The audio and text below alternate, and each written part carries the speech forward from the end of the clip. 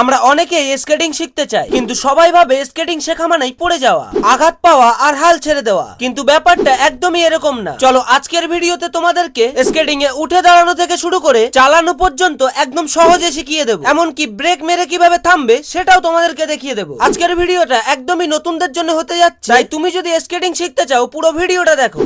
আমরা স্কেটিং পায়ে দেওয়ার পরে একা একা উঠতেও পারি না, একজনের হেল্প নিয়ে উঠে দাঁড়াতে হয়। কিন্তু তোমরা এই ট্রিক্সটা ফলো করলে একাই উঠতে পারবে। তোমরা তোমাদের বাঁ পায়ের হেঁটোটা ঠিক এই পজিশনে মাটিতে ঠেকাও। ব্যাস, এবারে ডান পাটা সামনে নিয়ে আসো। ডান পায়ের হেঁটোর উপরে দুটো হাত দিয়ে প্রেসার দাও। খুব সহজেই উঠে দাঁড়াতে পারবে। উঠে তো দাঁড়িয়ে গেলে, কিন্তু না স্কেটিং সামনে যাচ্ছে না পেছনে। ওজন সামনে যেতে গেলে পেছনের দিকে চলে যাচ্ছে। এমনকি তুমি যদি নর্মাল জুতো পরে যেভাবে হাঁটে সেভাবেও হাঁটো, সামনের দিকে তো এগোতে পারবেই না, ওজন পড়ে যাবে। আর এর জন্যই তোমাদেরকে পা সোজা না রেখে ভি শেপ করে নিতে হবে, ঠিক এইভাবে। কিন্তু মনে রাখবে পেছনের দুটো চাকা যেন লক থাকে, মানে একটা চাকার পাশে আর একটা চাকা দিয়ে লক করে দাও। এবারে দুটো হাত সামনে রেখে চেষ্টা করো একটা পা সামনের দিকে এগিয়ে দেওয়া, ঠিক এইভাবে।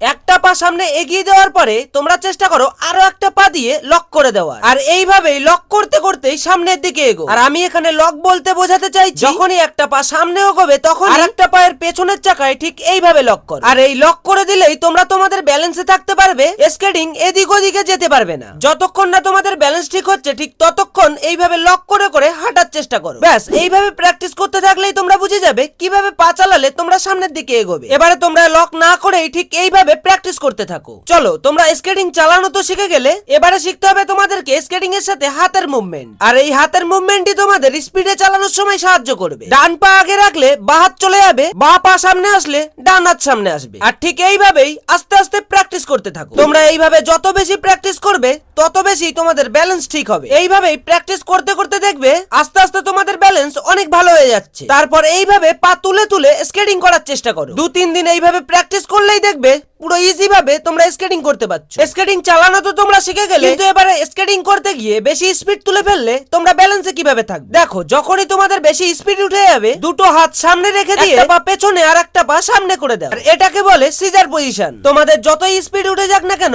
এই সিজার পজিশনে থাকলেই তোমরা ব্যালেন্সে থাকতে পারবে। আসলে এই সিজার পজিশনে আমরা অনেক বেশি জায়গা পাই, কিন্তু যখনই আমরা আমাদের পাটা সোজাসুজি করে রাখি, স্কেটিং এর এরিয়াটা অনেক কমে যায়, যার কারণে এই স্পিডে ব্যালেন্স রাখতে সমস্যা হয়। আর এই সিজার পজিশন করাটাও তোমরা ঠিক এইভাবে প্র্যাকটিস করে নিতে পারো। দুটো হাত সামনে রেখে মাজাটা একটু ডাউন করে নিয়ে এইভাবে প্র্যাকটিস করতে পারো। ব্যাস, চালানো তো শিখে গেলে, এবারে তোমাদেরকে দাঁড় করানোটাও শিখতে হবে। আর স্কেটিং দাঁড় করানোর জন্য সবথেকে সহজ ব্রেক টি ব্রেক। চলো, এই ব্রেকটাও তোমাদেরকে একদম সহজভাবে শিখিয়ে দিই। আর এটা শেখার জন্য তোমরা প্রথমে এক জায়গায় দাঁড়াও। তোমরা তোমাদের পাটা সিজার পজিশনে করো আর এরকম ভাবে পাটা ঘোরাও। ঠিক এইভাবেই প্র্যাকটিস করতে থাকো যতক্ষণ না তোমাদের এই প্র্যাকটিসটা ভালোভাবে হয়। আর এই প্র্যাকটিসটা করলেই তোমরা তোমাদের রানিং এ সহজে পা ঘোরাতে পারবে। এবারে আস্তে আস্তে চালিয়ে আসো আর চেষ্টা করো এইভাবেই পা ঘোরানো। একেবারে করতে সমস্যা হলে আস্তে আস্তে করো। ঠিক এইভাবে আস্তে আস্তে চালিয়ে আসো আর একটু একটু করে পাটা ঘোরানোর চেষ্টা করো। কিন্তু মনে রাখবে, পাটা ঘোরানোর সময় যেন পুরো পাটা পেছনের দিকে না চলে যায়। যদি পুরো পেছনের দিকে পাটা চলে যায়, তাহলে কিন্তু ঠিক এইভাবে ঘুরে তোমরা পড়ে যাবে। তোমরা চেষ্টা করবে তোমাদের ব্রেক মারা পাটা যেন সোজাসুজি যাওয়া পা থেকে কিছুটা গ্যাপে থাকে, ঠিক